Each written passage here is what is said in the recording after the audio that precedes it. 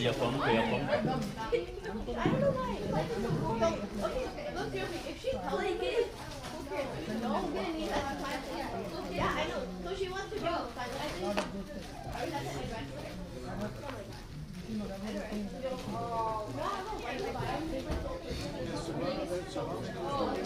I only eat 2 eggs, nothing else, no carb.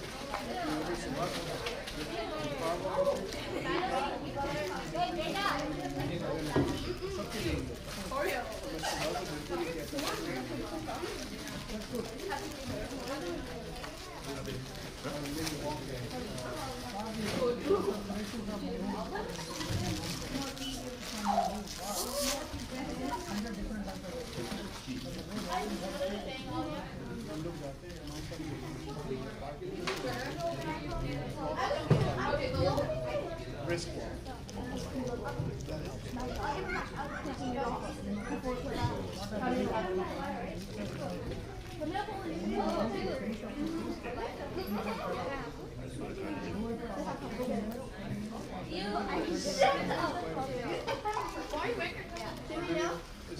Office women and weights gripping me in my comment. I'm waiting for the green light from Mark. Starting is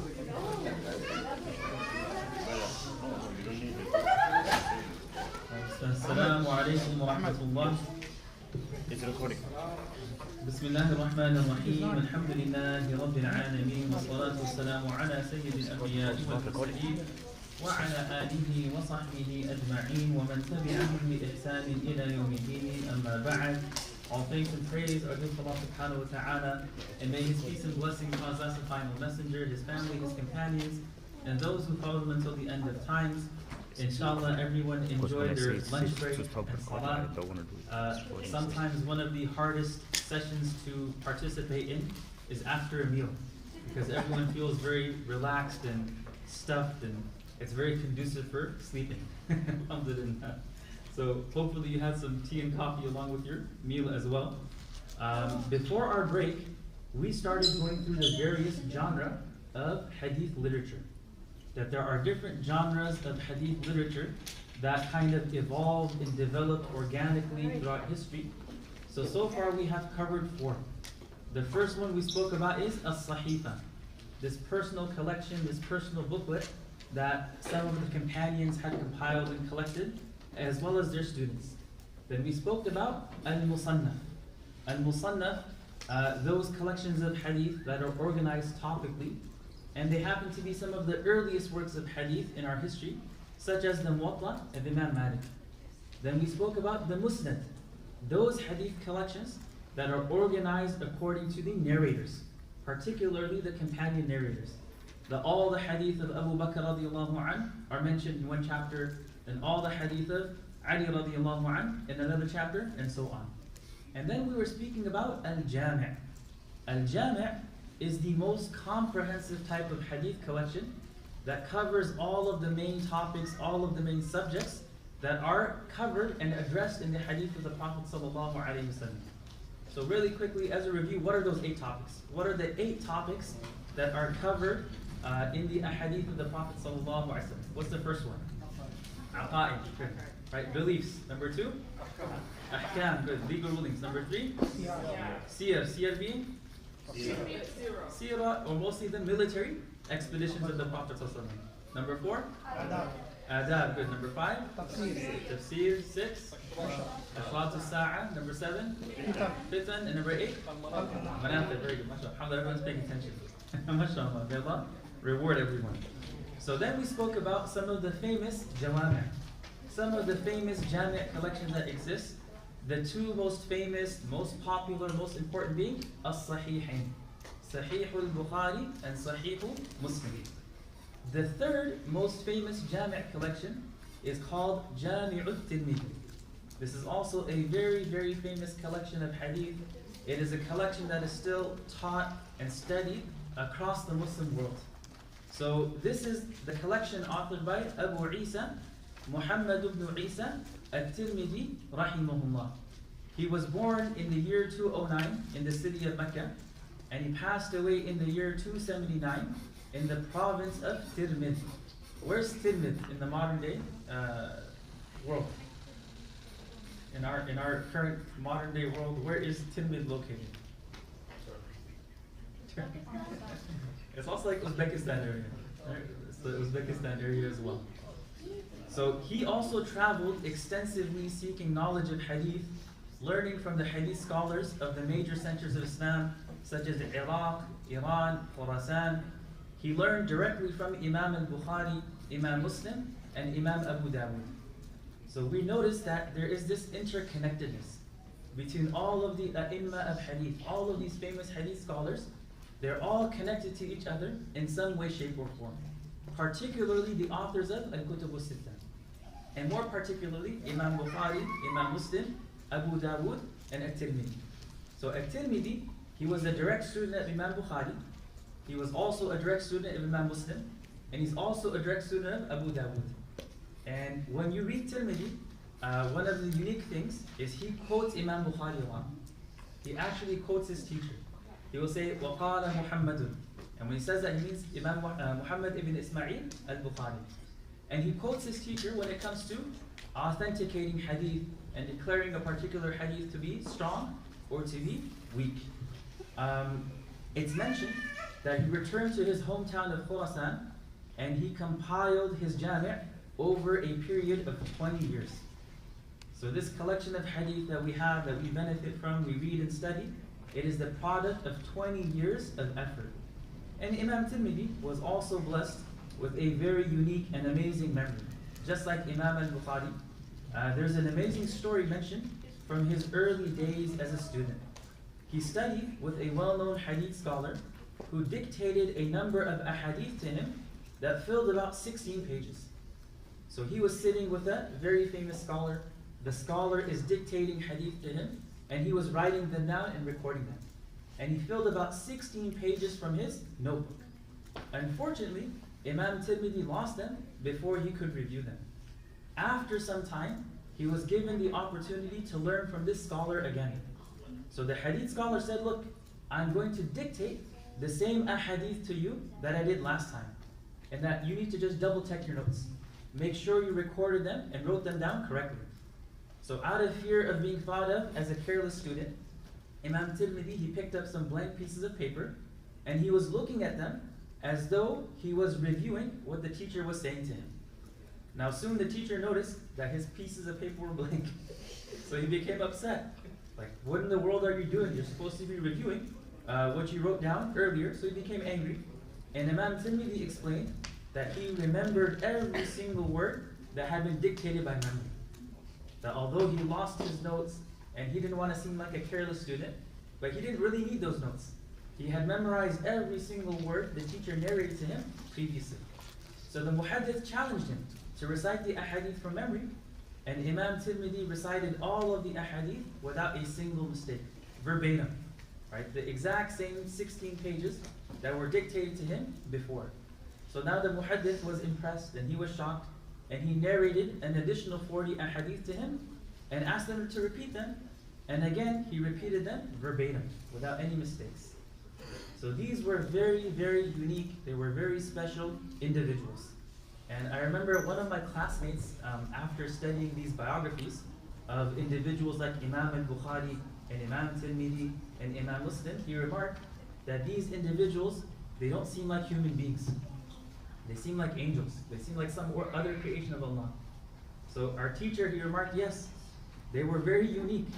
Allah subhanahu wa ta'ala created that generation of believers to serve the sunnah of the Prophet sallallahu alaihi wasallam. That they came about at a time when it was their responsibility, it was their duty to compile, to preserve, and to authenticate the ahadith of the Prophet sallallahu alaihi wasallam. That was the mission of that particular generation. So Allah subhanahu wa ta'ala equipped them with the skills required to do so, which happened to be having a very, very sharp memory. And these stories, they may seem like they're somewhat fantastical, but there are examples of this in the modern era as well, where there are individuals who have memorized, works that span several volumes. All of us know people that are hifadh of the Quran, that have memorized the Quran cover to cover. Some of them, their hifdh is very strong. that they can recite the entire Quran from memory in one session, sitting down. We had a student, mashallah, he finished his memorization in the summer, and he made it his goal that I'm going to start, and I'm going to finish in one day. So he started after Fajr, and he finished around Asr time. So the entire Quran to his teacher, I think he said he only got stuck maybe 2-3 times. But we know people like that with the Quran. There are individuals like that with Hadith as well. There are individuals who have the Kutub al-Sittah memorized verbatim, cover to cover. All of Bukhari, all of Muslim, all of Tirmidhi, all of Abu Dawood, all of Nasa'i ibn Majah. And not just the matan, the asanid as well. It's not just the matan, but also the chain of narrators. So if that exists in the modern era, then thousands of years ago, or not thousands, but perhaps 1,000 years ago, right, there were individuals who had these very strong memories, and they had less distractions. They had no distractions around them. There was no idea of mass media and entertainment, and they weren't busying themselves with things that would distract them and weaken their memory. So they were very unique and special individuals that had fulfilled this task of preserving, compiling, and protecting the ahadith of the Prophet ﷺ. Now, Imam Tirmidhi's work is considered to be one of the most important works of hadith literature. And a very unique feature of this particular work is that he collected those ahadith that were practiced and accepted by the jurists and community at large, except for 2 specific hadith. So he himself says that my purpose in compiling these ahadith is to bring together all of the ahadith that are acted upon by some jurist. Whether it's Imam Abu Hanifa, whether it's Imam Malik, Imam Shafi'i, Imam Ahmad, Sufyan al-Thawri, and other jurists that existed. That each and every single hadith in this collection is something that is taken and practiced and acted upon. Except for 2. There are 2 ahadith in my collection that despite being authentic, despite being sahih, no jurist acts upon them because of other evidences and other proofs. And one of those ahadith has to do with the Prophet ﷺ combining between Dhuhr and Asr for no apparent reason. There was no travel, there was no rain, there was no inclement weather, and the hadith says that he combined between Dhuhr and Asr. So Imam Tirmidhi says no faqih, no jurist takes this hadith. No one extracts a legal ruling from this saying you can combine for no reason. Right? And the other one happens to do with a person who is caught drinking 4 times. That the first time he gets caught, given the punishment of 80 lashes. The second time, punishment of 80 lashes. Third time, punishment of 80 lashes. If he does it a 4th time, then kill him. He says no one accepts that. Right? There's no one who acts upon that. There's no legal ruling derived from it. So that is a unique feature of Jami' al-Tirmidhi, that every single narration in there is used as proof, as evidence, by some faqih, by some jurist, to argue their position. It consists of 3,956 ahadith, and it's organized into 50 units, and multiple sections, multiple abwab. Each heading is derived from the narrations that come after it, and under each of these headings he brings only 1 or 2 ahadith. And then afterwards, he gives his opinion about the grade of the hadith. So he himself mentions if the hadith is sahih, if it's hasan, if it's gharib, if it's hasan, sahih, and he has his own unique terminology. So he graded hadith as being sahih, hasan, sahih, hasan, sahih, gharib, da'if, and munkar. Now all of these are terms that probably what in the world are we talking about? So later on today, if we have time, we are going to get into what these terms mean. That when someone says a hadith is sahih, what does that mean? When someone says a hadith is hasan, what does that mean? When someone says a hadith is da'if, what exactly does that mean? So we'll be getting into those terms a little bit later on today, inshallah, if time permits. Now, for identifying the grade of a hadith, he used some terminology that was not used by earlier scholars, and it was specific to him. So he had his own nomenclature, he had his own unique terminology. And that's where a lot of students perhaps have some confusion when it comes to his work, because they're standard definitions, but those definitions were standardized after the time of Imam Tirmidhi. Imam Tirmidhi came before the time of standardization. So the standard definitions of these terms, does not necessarily apply to Imam Tirmidhi himself. He had his own unique definitions for these words. Now, after mentioning the grade of the hadith, he also mentions the opinions of the earlier jurists, scholars, and imams regarding the subject matter of the hadith. So the way Jami' al-Tirmidhi is organized, it's very beautiful and very beneficial. So he's going to have the chapter title. The chapter title is going to tell you the topic of the hadith. So for example, he might have Babul Mashi ala al-Khuffayn, right? Chapter regarding wiping over leather socks. And in this chapter, he'll mention one or two hadith. The entire chain, the hadith, and then he'll mention the grade. Then he'll bring another hadith, he'll mention the chain, the matan, and then the grading of it. And then afterwards, he'll mention the opinions of the fuqaha. That there were these companions of the Prophet ﷺ, the tabi'un, and these a'imma, like Imam Ahmad and Imam Malik, their opinion was this. And the scholars of Kufa, their opinion was this. And he'll leave it at that. Oftentimes, he won't give you his own preference. He'll just say this was the opinion of these scholars, and this was the opinion of these scholars. So that's what makes this book very beneficial. It has a lot of extra added benefit to it. So that is a very, very brief introduction to these famous jawami' that exist. Right? These famous jami' collections of hadith that exist. What I want everyone to take away, at least from this portion, is just being familiar with these different genres of hadith. That what is a sahifa, what is a musannaf, what is a musnad, and what is a jami'. Because these are different types of hadith literature, and these are titles that tell you how the book is organized. So when you see this title, automatically you know that this collection is organized in a very specific manner. The next type of genre is known as a sunan. Like the sunan of Abi Dawood, and the sunan of An-Nasa'i, and the sunan of Ibn Majah. A sunan is a hadith collection that's organized according to the well-known chapters of fiqh or Islamic jurisprudence. So a sunan is going to be a hadith book that is organized according to the different chapters of fiqh. So it's going to start with Kitab al-Tahara. It will start with the book of purification, followed by Kitab al-Salah, the book of prayer, followed by Kitab al-Zakah, the book of Zakah, then Kitab al-Sawm, then Kitab al-Hajj, then usually Kitab al-Nikah, then Kitab al-Talaq, then Kitab al-Buyu'. So it follows the sequence of books of Islamic law. So it's a collection that's organized according to the well-known chapters of Islamic law.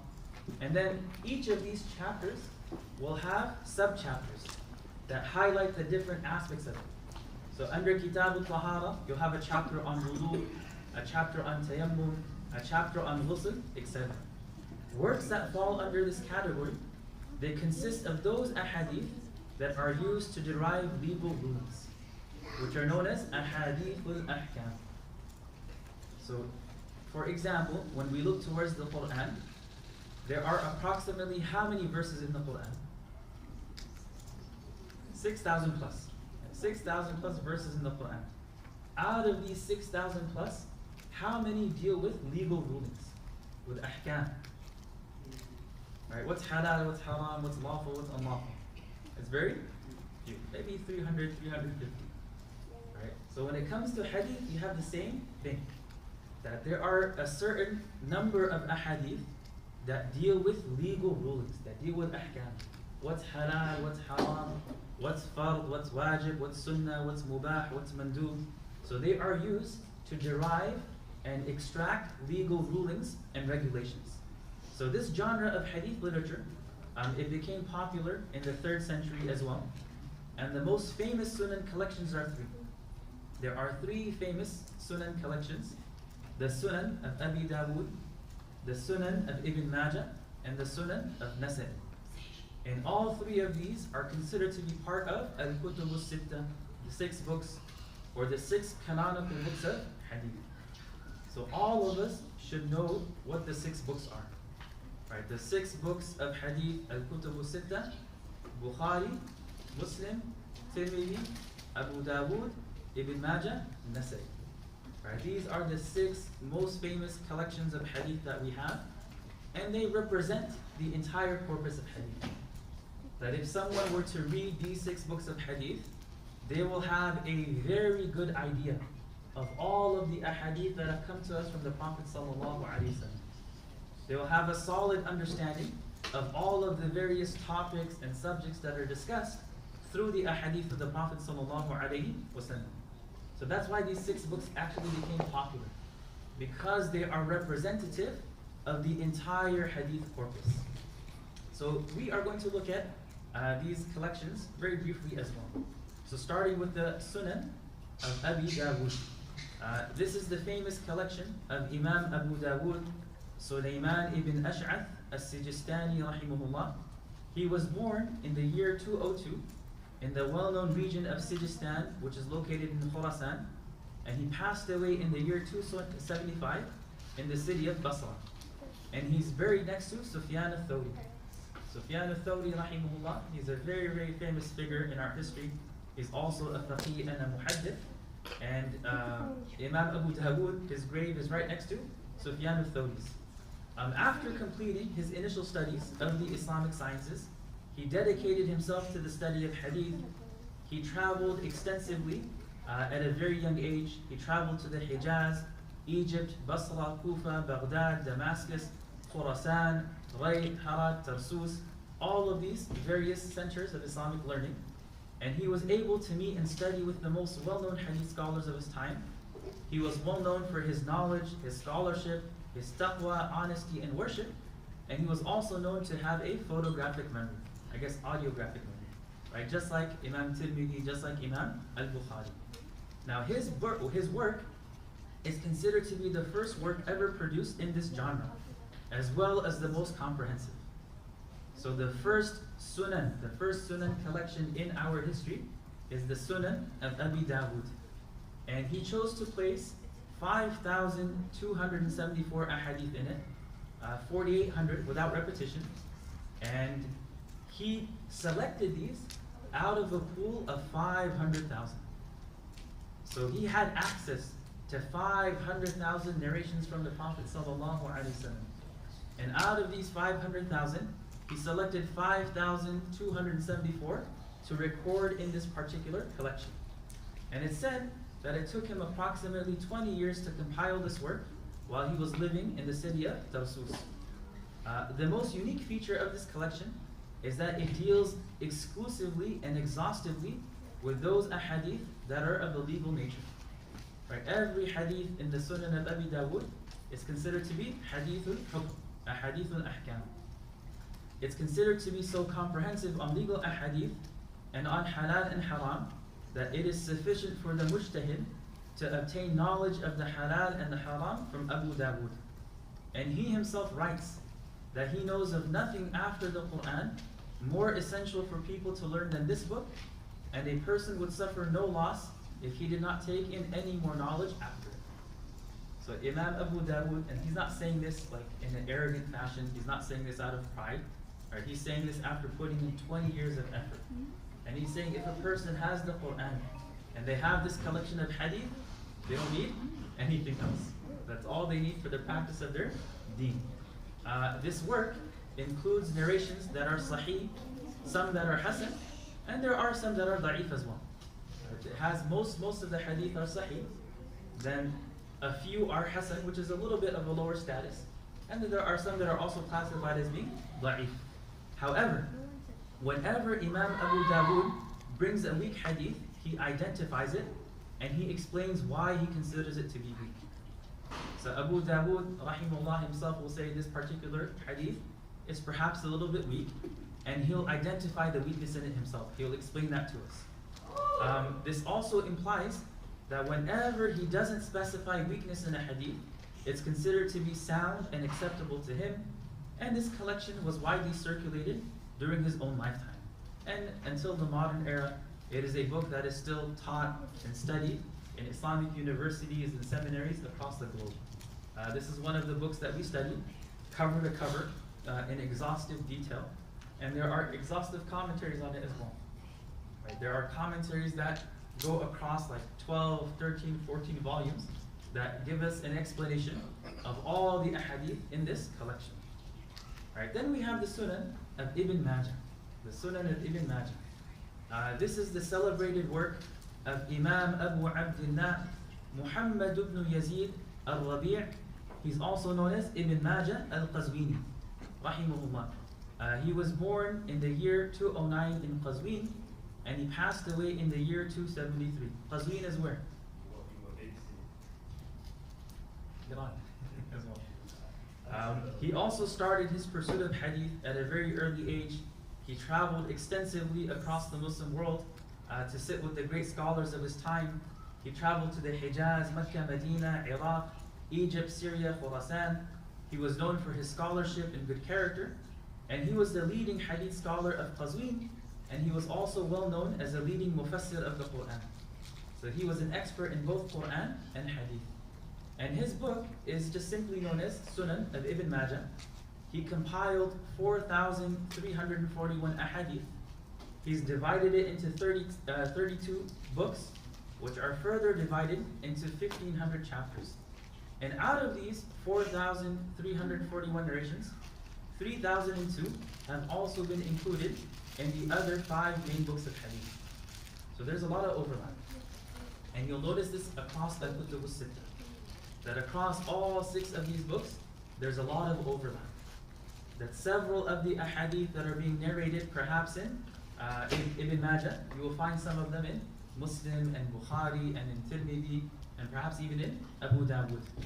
Out of the remaining 1,339, 428 are classified as being Sahih, 199 are Hasan, 613 are classified as being weak, and 99 are classified as being Munkar. So he included all types of narrations in this work, which is why it wasn't included in the 6 books until later on.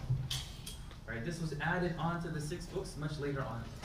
And the collection has very little repetition, and it's one of the best in terms of arrangement of chapters and sub-chapters.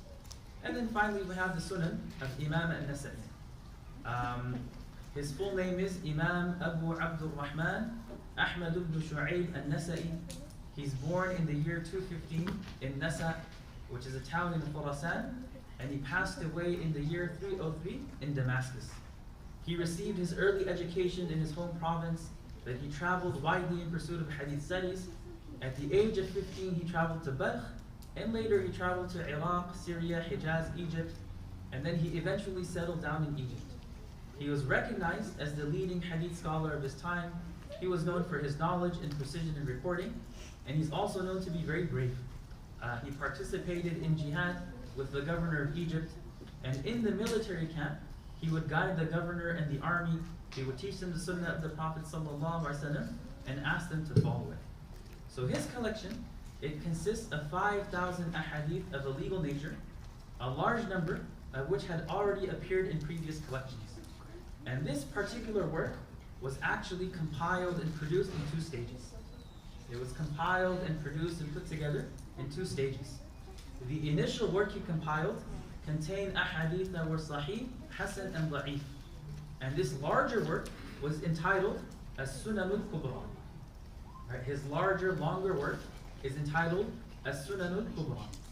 Imam Nasa'i, he presented this larger work to the Abbasid governor of Ramla in Palestine. And the governor asked him whether all the ahadith in the collection were sahih or not. So Imam Nasa'i told him it contains both sahih and hasan narrations, and those close to them. So he asked him to compile a work that contained only sahih hadith. So Imam Nasa'i revised his work, and he extracted a smaller collection that's known as As-Sunan al-Sughra. And that Sunan al-Sughra, he entitled it Al-Mujtaba min as-Sunan. Right, the chosen and selected from as-Sunan. So the Mujtaba is the collection known as Sunan al-Nasa'i, and it's considered to be one of the most reliable works after the Sahihain. That after the Sahih collection of Imam Bukhari and Imam Muslim, the third in terms of authenticity is the Sunan of Imam al-Nasa'i. It contains very little weak ahadith, and it's one of the best collections also in terms of classification and organization. So that is the genre of al-Jami'. So, sorry, not al-Jami', as-Sunan. Right, as-Sunan. So far we have covered 5. There's as-Sahifa, Musannaf, Musnad, Jami', and now as-Sunan. Alright. The 6th genre of hadith literature was known as al-mu'jam. Al-mu'jam, the dictionary. A mu'jam is a hadith collection in which the contents appear in alphabetical order under the names of the narrators and their teachers, or the cities and tribes to which the narrators belong.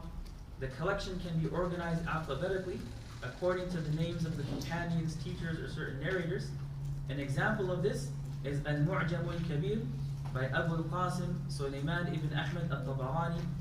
And this genre of hadith literature appeared after the Sunans in the late 3rd century. So the contents, they appear in alphabetical order, and the alphabetical order can be based on the names of the narrators, it could be based on the names of teachers, it could be based on the names of cities or even tribes to which those narrators belong. This is a unique genre. These works are not really studied and taught. They're simply used as reference. So most of the ma'ajim, most of these mu'jams that exist, like the mu'jam of Tabarani, it's used mostly as a source of reference, as something that scholars can go to and look up certain riwayat and certain narrations. The 7th is called al-Mustadrak. A Mustadrak is a hadith collection in which the compiler has supplemented the work of a previous compiler or compilers. Having accepted the conditions laid down by the previous compiler, the new scholar collects other ahadith that fulfill those conditions but have been left out of the previous works. So for example, there is a book known as Al-Mustadrak ala Sahihain. Al-Mustadrak ala Sahihain, of an author by the name of Al-Hakim An-Nisaburi, rahimahullah.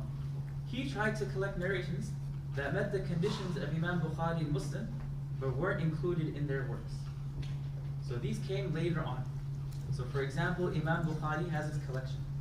So an author would come later on, and taking the same exact conditions, he's going to collect those ahadith that he felt were missed by the previous author.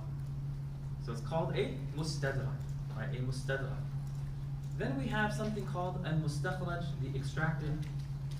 This is a hadith collection in which the compiler gathers the narrations from other books with his own asanid.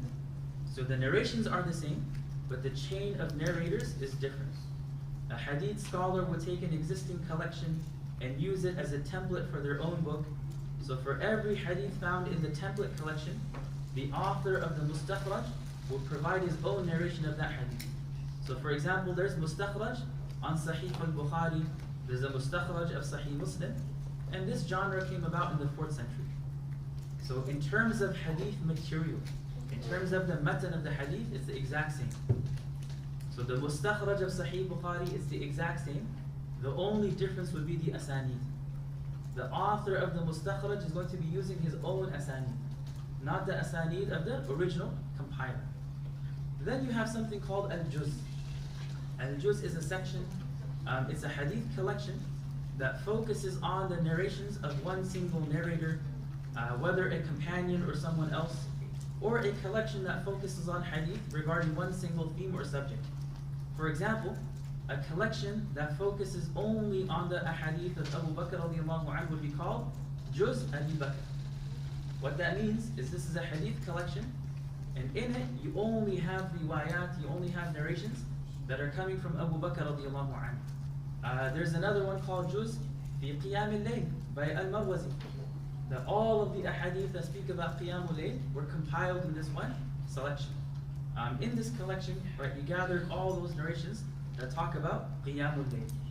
And then finally, you have commentaries. Ash-Sharh, Ash-Shuruhat.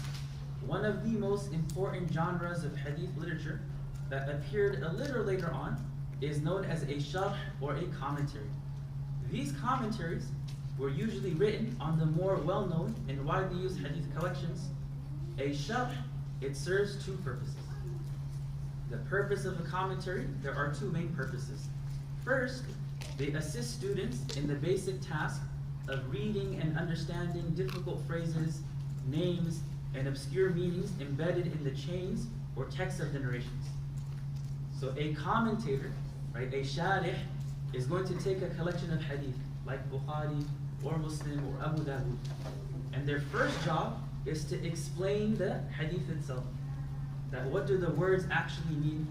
If there are certain phrases, if there are certain expressions that are difficult, they will make it easier and they will clarify the meanings. If there are some names that are obscure, that perhaps people have difficulty identifying who they are, they will identify who those individuals actually are. Second, it provided scholars an opportunity to elaborate in detail on any legal, dogmatic, ritual, or historical issue they found relevant to the hadith in the books they were discussing. So this is the main function of a sharh, that it gives the opportunity of the author to display their expertise in hadith, in fiqh, in tafsir, in aqidah. And you will find discussions on all of these topics in the commentary. So for example, if they are discussing hadith about beliefs, right, the author will mention and display his expertise in aqidah, and perhaps some of the orthodox views and the unorthodox views, and providing all of the evidence for the orthodox views and why it's stronger and why it's correct. When it comes to ahadith al-ahkam, particularly where there's differences of opinion, right, he'll explain the hadith, then he'll mention which jurist understood this hadith in a particular way, and which jurist understood it in a different way. And then he'll compare and contrast and perhaps give his own preference. So these are very, very beneficial books that are filled with immense amounts of knowledge and benefit and a lot of wisdom, and they are perhaps some of the most beneficial works to read and engage with, because they cover almost every single subject. And the vast majority of commentaries, they were devoted to those books in the hadith canon. So the 6 books of hadith, whether it's Sahih Bukhari, Muslim, Nasa'i, Ibn Majah, Abu Dawood, or Tirmidhi. The most famous commentary is Ibn Hajar al-Asqalani's Fath al-Bari and Imam Nawawi's commentary on Sahih Muslim. These are perhaps 2 of the most famous commentaries that exist in our tradition. So Sahih al-Bukhari, right, again has a total of perhaps 9,000 some odd narrations. Ibn Hajar al-Asqalani, a very famous Shafi'i scholar. He's a very, very famous Shafi'i scholar. He's an expert in fiqh, but he's also an expert in hadith. He wrote the most exhaustive commentary on Sahih al-Bukhari. That if you want to understand Sahih al-Bukhari properly and correctly, then you have to read Fath al-Bari. There's a famous statement that the hadith scholars had later on, that's based off a hadith of the Prophet ﷺ, where he told us, La hijrata ba'd al-fath. This is referring to migration from Mecca to Medina. That after Fath Makkah, after the conquest of Mecca, there's no need to migrate now from Mecca to Medina, because Mecca is now also under the rule and control of Muslims. So people would say that about Fath al-Bari. They would say, La hijrata ba'd al-fath. That after reading this book, you don't need anything else. Right? It's so exhaustive, it's so detailed, it does such an amazing job of explaining the work that you don't need any other book after it. So this is a very beneficial commentary. It expands maybe 12, 13 volumes. There was a contemporary scholar of his by the name of Allama Aini, who happened to be Hanafi. So they lived in the same town in Egypt. Right? They're both actually buried in Cairo. Both of their graves are in Qahira in Cairo. And they were contemporaries, and they were also rivals. So Ibn Hajar, he wrote a commentary, and because he's Shafi'i, he gives preference to the Shafi'i madhab. Allama Aini is Hanafi, so he penned another commentary on Sahih Bukhari called Umdatul Qari. It's also very exhaustive and multi-volume, and in it, he gives preference to the Hanafi madhab. And it said because they were rivals, they were contemporaries, sometimes they would have these back and forth. Right? They would have these they would tease each other at times. So it's mentioned that once where Ibn Hajar was teaching, something happened and a portion of it collapsed. So Allama Aini commented, Asabat al-Hajar. The rocks destroyed it. Because his name is Ibn Hajar al-Asqalani. So he responded, he said, La bal asabat al-Ain. No, it got afflicted by the evil eye. Because his name was Allama Aini. Right, so they had this back and forth, they were contemporaries. But in that competition, in that back and forth, they produced very exhaustive, beneficial commentaries on Sahih al-Bukhari. The most exhaustive commentary on Sahih Muslim is authored by the famous Imam al-Nawawi. And And Imam al-Nawawi rahimahullah, he was also a famous Shafi'i scholar, also an expert in hadith. And hadith commentaries continue to be written until the modern era. So for example, the most famous commentary on Jami' al-Tirmidhi is entitled Tuhfatul Ahwadi. It's entitled Tuhfatul Ahwadi, Gem of the Competent, and it was written by the late Indian scholar Abdul Rahman al-Mubarak Puri rahimahullah, who passed away in the year 1935. This is the most exhaustive, the most beneficial commentary on Jami' al-Tirmidhi. Now, he happened to be of Ahlul Hadith meaning. Right? He was Ahlul Hadith, so he has some very harsh words for the Hanafis in this particular commentary. But despite that, it's still very beneficial. He does perhaps the best job of explaining the wording and the meaning of the hadith. Similarly, the largest commentary on the Muwatta of Imam Malik is written by the late Indian scholar Muhammad Zakaria al-Sandandawi. He passed away in 1982. It's entitled Awjazul Masalik ila Muwatta Imam Malik. It's also very exhaustive, multi-volume.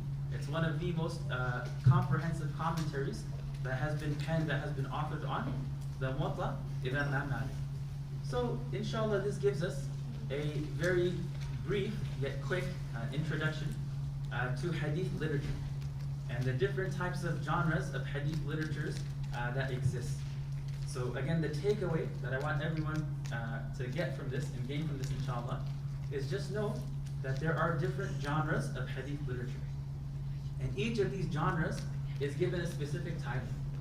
So there's a sahifa, there's musannaf, there's a musnad, there's a jami', there's a sunan, there's a mu'jam, a mustadrak, a mustakhraj, a juz, and there's sharh. And out of all this, in terms of books, just remember the names of the kutub as-sittah. Right? Remember the names of the 6 books of hadith. Sahih al-Bukhari, Sahih Muslim, Jami' al-Tirmidhi, the Sunan of Abi Dawood, the Sunan of Ibn Majah, and the Sunan of An-Nasa'i. And that is what we refer to as the hadith canon. Right? These 6 books are referred to as the hadith canon. So as we can see, there were a number of different hadith collections in circulation during the 2nd, 3rd, and 4th centuries of Islam. That naturally, organically, people started compiling and writing hadith books. And by the end of the 4th century, there were a lot of hadith books in circulation. But also, by the middle of the 4th century, a selection of these books have been recognized as being authoritative. That just the community of scholars, they acknowledge, they recognize that these collections are the most authoritative. So during the middle of the 4th century, those works were Sahih al-Bukhari, Sahih Muslim, the Sunan of Abi Dawood, and the Sunan of An-Nasa'i.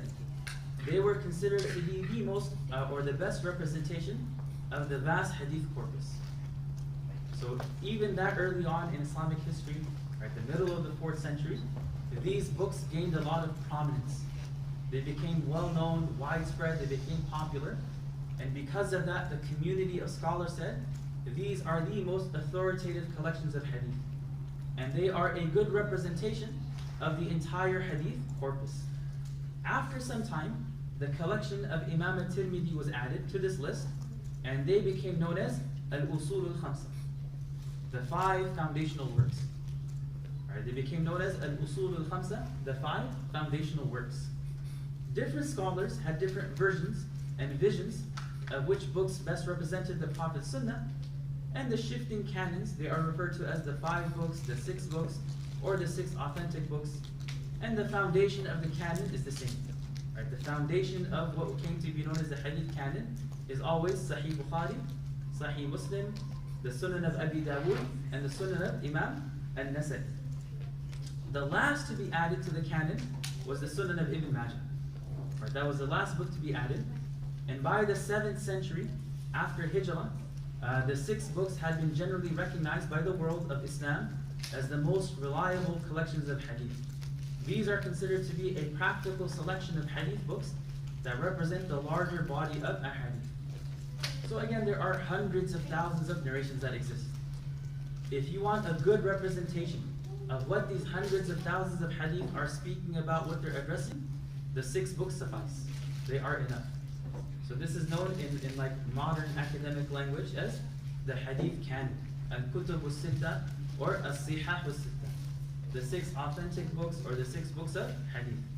And again, that's what I want everyone to take away. All right, these 6 books of hadith are books that all of us should be familiar with. That these 6 books are the best representation of the entire hadith corpus that exists out there. All right. Any questions on this before we go on to the next topic? The hadith are taken out of 100%, right?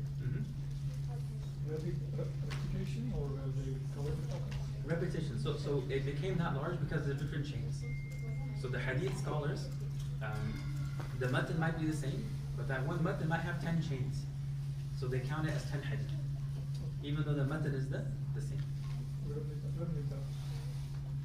Content. Sorry, No. go ahead. Yeah. So you have been using the word genre or something. Are you meaning genre or the Arabic word or the English word? Genre. It's an English word. It means like classification. Type. Type of book, yeah. What is the spelling of that word? G-E-N-R-E. Okay. And there are 6 books. So if you just want to study what you want, which one should you start with? For everyone, for everyone that's not a student of knowledge, that's not a scholar, the best book to read is Riyadh al-Salihin, by Imam Nawawi, or his 40 hadith. Those 2 are enough. You said this classification of Sahih, all of it, the sciences are done. So, are you gonna go through? Yeah, we're going to cover that. Okay.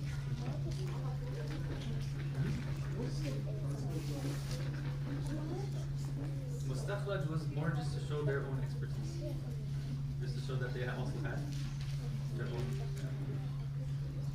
You say that before we read Sahih Bukhari, we should go to Fath al-Bari. Will help clear understand the Bukhari. Fath al-Bari will explain it to you. So we can, Fath al-Bari.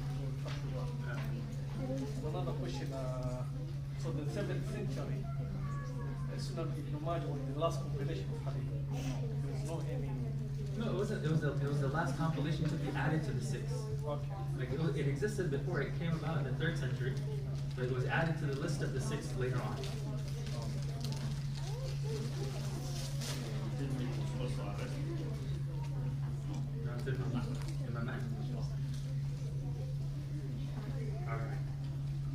The next topic we're going to cover really briefly is the topic of learning and transmitting hadith in the 1st and 2nd centuries of Islam. That what was the actual process of learning and transmitting that was taking place. So now that we have discussed the compilation and preservation of hadith in the early periods of Islam, as well as the different types of hadith literature that developed during those times, it's important to know how hadith were learned and taught during that time period. How were they actually being transmitted from teacher to student? Right? What was that process? What did it look like? So this branch of hadith studies is known as at-tahammul wal-ada. It's known as at-tahammul wal-ada. Reception and delivery. Right? How are the students receiving hadith from their teachers? And then how are they delivering it and conveying it to others? So the following 8 methods were used for learning and transmitting hadith. These were the 8 most common methods that were being employed, that were being used by both teachers and students of hadith. The first is called as-sama'u. As-sama'u is direct hearing. That a student would go and join a halaqah, they would go join a gathering of a hadith scholar. And that hadith scholar would basically sit there and they would narrate hadith. Right? They would narrate hadith to their students. So that method of learning and teaching is known as as-sama'u. It is direct hearing. The student is hearing the hadith directly from the mouth of his teacher. So now when he narrates it, he will say حدثني or حدثنا. Right? حدثني, that so-and-so narrated it to me. If he's in a class, حدثنا, that so-and-so narrated it to us. So that is as-sama'. Then you have al-'awd. Al-'awd was reading by students to teachers. So a teacher perhaps had a hadith circle, a hadith gathering, but instead of him narrating it, he would have the students read to him. This is called al-'awd, where the student is reading directly to the teacher. And then the teacher would correct them. If they made a mistake, if they missed something, the teacher would correct them. So now when the student passes that hadith forward, they're going to use the term akhbar. Akhbarani or akhbarana. That my teacher informed me or our teacher informed us. So that is the second way and the second method of how hadith were being learned and transmitted. Then you have al-ijazah, which is granting permission. You have something known as al-munawala, presentation. There's kitaba, correspondence. There's i'lam, declaration. There was wasiyah, which was a bequest. And there's wijada, which is finding. So there are some extra details to each of these, which we can cover as well. There we go. All right, so as-sama', direct hearing. In this method of learning, the student would hear the hadith directly from the hadith scholar. The hadith scholar would teach the hadith from memory or from a written record. So when the teacher is actually instructing, he's either instructing directly from his own memory or he's instructing from some sort of written record. And teaching from memory was a common practice and continued for a long time, even though it started to decline in the second half of the 2nd century. Students would be attached to a certain teacher for a very long time until they were considered to be authorities in the ahadith of their teachers. And sometimes the teacher would read to the students from his own book, and sometimes the teacher would read from the student's notebook, which was a copy or selection from his own work. And sometimes students would use this particular method to test the accuracy of the teacher. They would add narrations to the teacher's collection and hand the book to the teacher for reading to examine the soundness of his knowledge and memory. Teachers who failed to recognize the additional material were declared untrustworthy. Another common method for sama' was dictation, that the teacher would dictate the ahadith from a book or memory. Now in these hadith gatherings, there would be individuals known as mustamnis, and they would repeat the words of the hadith scholar in a loud voice to the audience, because they didn't have mics. Right, so if they had a large audience, they'd have someone actually repeating the words of the teacher. Sometimes certain students were chosen to write down the ahadith because they were faster than others. Others would watch him to make sure he didn't make a mistake. Later, the other students would then borrow what was written and copy it. And the teachers would also look over the written copies to make corrections. So this is one of the primary methods of how ahadith were being transmitted in the earliest generations of Islam. Direct hearing, as-sama'. Then you have al-'awd, right, presentation. So another method of teaching during the first few centuries was that the student would read the book to the teacher. Either the student himself would read it directly to the shaykh, or there would be an assigned student, a qari, who would recite the ahadith, and the other students would follow along in their own copies. This was the most common method of learning and teaching from the beginning of the 2nd century. In these gatherings, copies would be provided by the teachers themselves because many of them had their own scribes, or the students would have their own copies that they made from the original or another copy of the same work. The students would make a circular mark next to each hadith. Whenever a student finished reading or listening, he would make a sign in the circle to show that it had been read to the teacher. This was necessary because even when a student knew a hadith through books, he wasn't entitled to use them for teaching or for his own compilation until he received them through the proper channels of learning. Now, when a hadith was read more than once, the students would make additional marks for every reading. So that's the second type, al-'awd. And as I mentioned, these perhaps are the two most common ways of teaching during this time period. Alright, the third was known as ijazah, permission. This is when the teacher or shaykh grants permission to one or more students to narrate a hadith from him without having read or heard the entire book. That a student would come to the gathering of a teacher and perhaps he would only hear a portion of the book, maybe 25% or half, and then later the teacher would just give him ijazah. That I am granting you a license, I am granting you permission to narrate the entire collection from me. The scholars of Hadith were known to use this method with their special students, and the ijazah given was equivalent to a license that they gave to a person they trusted, and this method of learning and teaching gained popularity during the 3rd century of Islam. Right, this is known as al-ijazah. Then you have al-munawala, handing over or handing the book to the student. This refers to the teacher or sheikh giving a student his book or one of his verified copies with the authority to transmit it. So if a teacher, if a sheikh had their own personal collection of hadith and they had a copy of it, they would give that copy to the student and give them the authority to narrate it forward. They would give them the authority to transmit it forward. So a sheikh would present to his student his own manuscript and say, this is what I have heard or received from so-and-so, and I grant you ijazah, I grant you permission to narrate it from you. Sometimes the student would give the teacher his own copy to verify, and then the sheikh would check it and return it along with the permission to transmit. For example, Imam az-Zuhri gave his manuscripts to several of his students like Al-Thawri, Al-Awza'i, and Ubaydullah ibn Umar radiallahu anhu. The 5th method is known as mukataba, correspondence.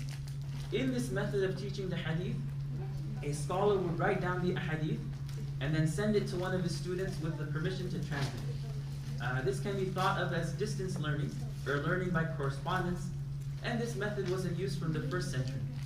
The official letters of the rightly guided caliphs contain many ahadith that were later transmitted by those who received them, and many companions also wrote ahadith and sent them to other companions or their students. Then you have al-i'lan, right, announcement, declaration. In this method, the sheikh or the student would inform others that he has permission to transmit a book on the author's authority. Then you have something known as wasiyah. In this method, the sheikh would leave instructions upon departing on a journey or at the time of death addressed to someone asking them to transmit the contents of a particular collection or book from him.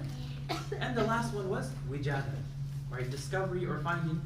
It refers to a student or scholar finding the books of a scholar without permission to transmit. And during the time period of the companions, only the first method of learning and teaching was in general use. Right, the students would stick close to their teachers, serving them and learning from them. They would write the ahadith down or memorize them. And then during later times, the most common methods were numbers 1 and 2. Right, so again, this is simply to show that there were different methods, there were different ways that hadith were being taught, that hadith were being studied and transmitted from student to teacher. And all of these methods were in use, and all of these methods had certain aspects to it that added a certain level of strength to the narration. Now, one last thing before we take a short break is what are the terms used to describe transmission of ahadith? Right, there are certain terms, there are certain words that the teachers and scholars and students would use. So the scholars of hadith, they use certain terms and words to indicate how they learn and receive the ahadith from their teachers. There are 5 common terms or words that we find used in the asanid or chains, and each of them indicates how the student learned the hadith from their sheikh. And that is why this science is so precise, that the students would use specific words, and these specific words automatically would tell you how they learned the hadith from their teacher. So for example, one of the most common terms is haddathana or haddathani. Right? Haddathana means narrated to us. He narrated to us. Haddathani, he narrated to me. This term was used to show that the student heard the narration directly from the teacher, directly from the sheikh, meaning the teacher read the hadith to him. So anytime if you come across a isnad, if you come across a chain of narration, and you come across the word haddathana or haddathani, then you can assume that the student heard the hadith directly from the teacher, and that the teacher was actually reading the hadith to them. Then you have akhbarana and akhbarani. Right? Akhbarana he informed us. أخبرني, he informed me. This term was used to show that the student read the hadith to the teacher. Then there's أنبأنا, أنبأني. Right? أنبأنا, he told us. أنبأني, he told me. This term was generally used with ijaza and munawala. That when the teacher gave a student ijaza, now when they're narrating the hadith, maybe they didn't hear it from them directly. Or maybe they never read it to the teacher directly. But they have ijaza to transmit it from him directly. That their sheikh, their teacher said, I'm giving you ijaza, I'm giving you permission, I'm granting you a license to narrate all of my ahadith. So they would use the word anba'a or anba'ana or anba'ani. Then there's the word sami'a. Sami'a, that means he heard, or sami'tu or sami'na, I heard, we heard. This term was used strictly for the first method of learning, right? When you hear it directly from the teacher. Then you have the word an. This term is unclear, right? This term is unclear. There's a level of uncertainty, there's a level of obscurity or vagueness to it, and it was used to refer to all the methods of learning, right? It could be that the teacher was reciting, it could be that the student was reciting, it could be ijaza, it's possible that they didn't even hear from them. So the word an became a point of discussion amongst the scholars of hadith later on. And then finally, in terms of attendance in these hadith gatherings, regular records of attendance were kept. Right? That someone would be there and assigned to take attendance, and they would mark down whoever was actually there in the gathering. So regular records of attendance were kept. After a book was completed, a note was written by the teacher or one of the famous scholars in attendance. This note gave details of the attendance, who listened to the whole book or part of the book, what part they read and what part they missed, giving dates and places. And the sheikh would also sign the book, serving as a certificate for the student. And this is found on manuscripts. That you can find manuscripts of these famous collections of hadith that have the attendance on them. Right, they actually have the attendance. Alright, so the hour is up, so we'll take a break, inshallah. Alright, we'll take a 10-minute break, and then we'll come back, and we will pick up with the next topic, inshallah. So 10 minutes.